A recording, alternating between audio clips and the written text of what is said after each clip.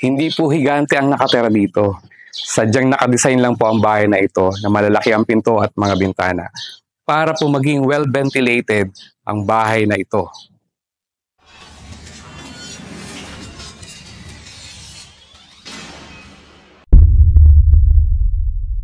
At gaya na naipangako ko sa inyo, dun sa last video namin sa Alabang West, if you still remember, nandito kami ngayon para i-tour kayo dito sa napakaganda, modern, at very unique house dito sa Ayala, Alabang. Tara!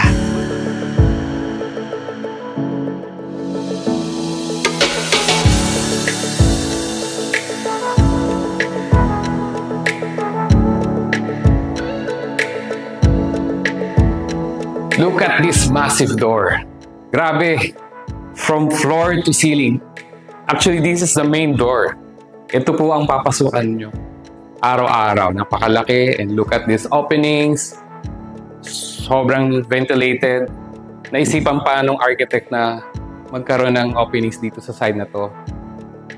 Grabe ang design na to. Napakaganda. Imagine a day, nauuwi ka na stress, and then ito ang matatagpuan mo pagbukas mo ng pinto sa bahay mo. Wow! Sobrang nakaka-relax. At syempre, ito yung magpaparelax sa'yo at magpapalamig sa'yo itong pool na to at itong nature na nasa paligid mo. At kung pagod ka nang pumunta sa kwarto mo gamit ang hagdan, meron po tayong elevator. Hindi lang po siya functional ngayon, pero siguradong function total, brand new po ito. Features of this house, grabe. From floor to ceiling din, dito sa front side of the house, may openings pa rin tayo.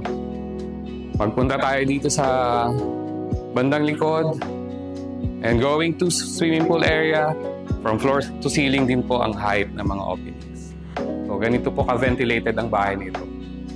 Tignan natin kung ano tong pinto na to. And tingnan natin kung masusurprise tayo. Nandito pala. Ganito. So, this is the kitchen na hindi naman siya masyadong kalakihan, pero na-maximize naman yung space. Meron ka pang libreng stove from Italy. Makita natin yung brand. Yan, from Italy yan. And refrigerator from Hitachi. Hindi po tayo sponsor ng Hitachi. At merong pinag-isipang kitchen cabinet. If you take a look at this, yan natin. So, kala natin ito lang po yung space, no? Pero pag binuksan po natin dito, meron pa po siyang space dito. Ganyan po pinag-isipan yung cabinet na yan. So, this is the access naman going to the maid's room na i-feature din po natin later. At actually, this is going to the basement na to. So, let's take a look at this. Another storage for the kitchen.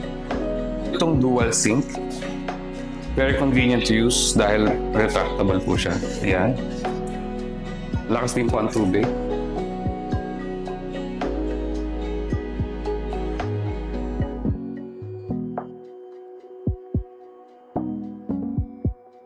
Now let's go to the second floor. But before we go there, punta muna po tayo dito. May powder room po dito. Yan, ito po yung powder room.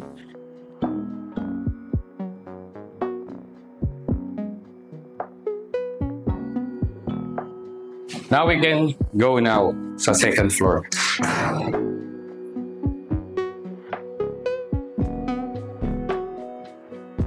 Dito muna tayo sa master's bedroom. Tingnan natin kung gaano kalaki at kaganda itong master's bedroom.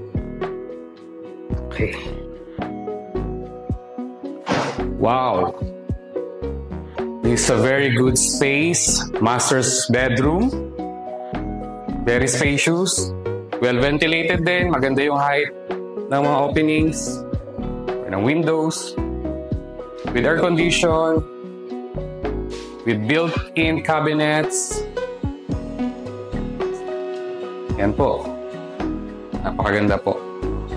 With also air condition. Ito po ang kanilang toilet and bath na nahahati po sa dalawa. His and her. hindi na po mag-aaway ang asawa. So, ito po.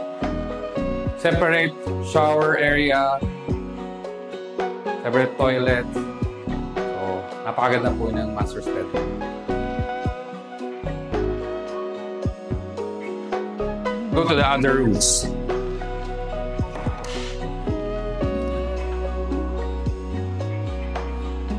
Okay, this is the second room. Hindi siya masyadong spacious pero enough para magkasya ang bed.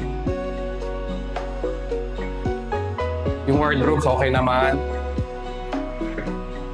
Pwede na para sa konti ang damit.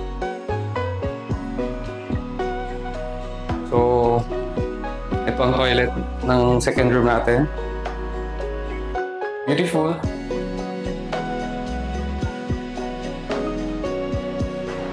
Doon tayo sa next room. Ito naman mas spacious to kumpara dun sa pinanggalingan natin. At mas malaki yung cabinets.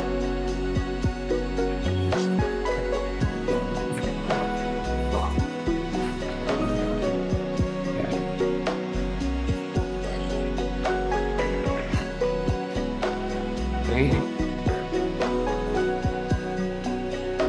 Laminated cabinets. So let's take a look at the toilet and the shower. So this is the shower area or the toilet and bath. And then meron siyang, oh wow, vanity mirror yata tawag dito. So additional features ng toilet.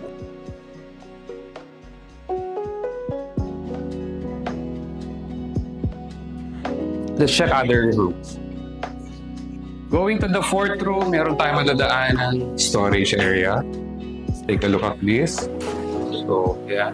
May additional storage for the bed sheets, mga punda ng unan, curtains, etc. Okay? So, let's go to the fourth room.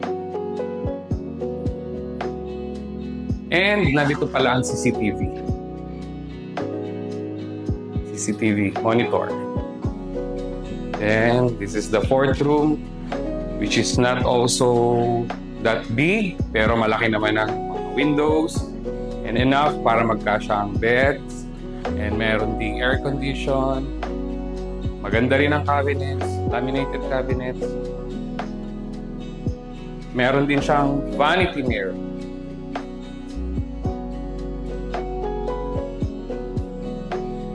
Test natin. Oh, functional.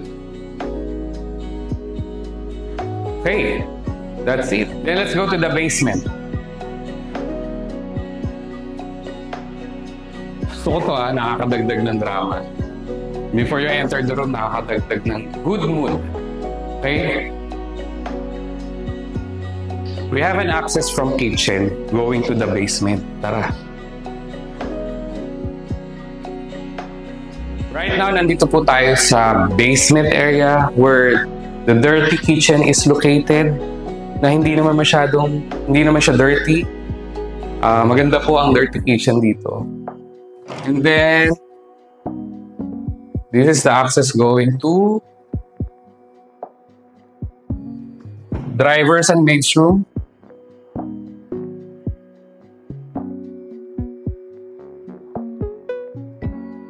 There's ito po yung garage or parking area which can accommodate 3 cars, 3 to 4, even 5 kasya dyan. Then besides the garage, meron cabinets dito where you can place your tools, car tools, equipments, and kung ano-ano pa. Mga basahan. And then meron po hanggang dito ang elevator up to the second floor or the third floor.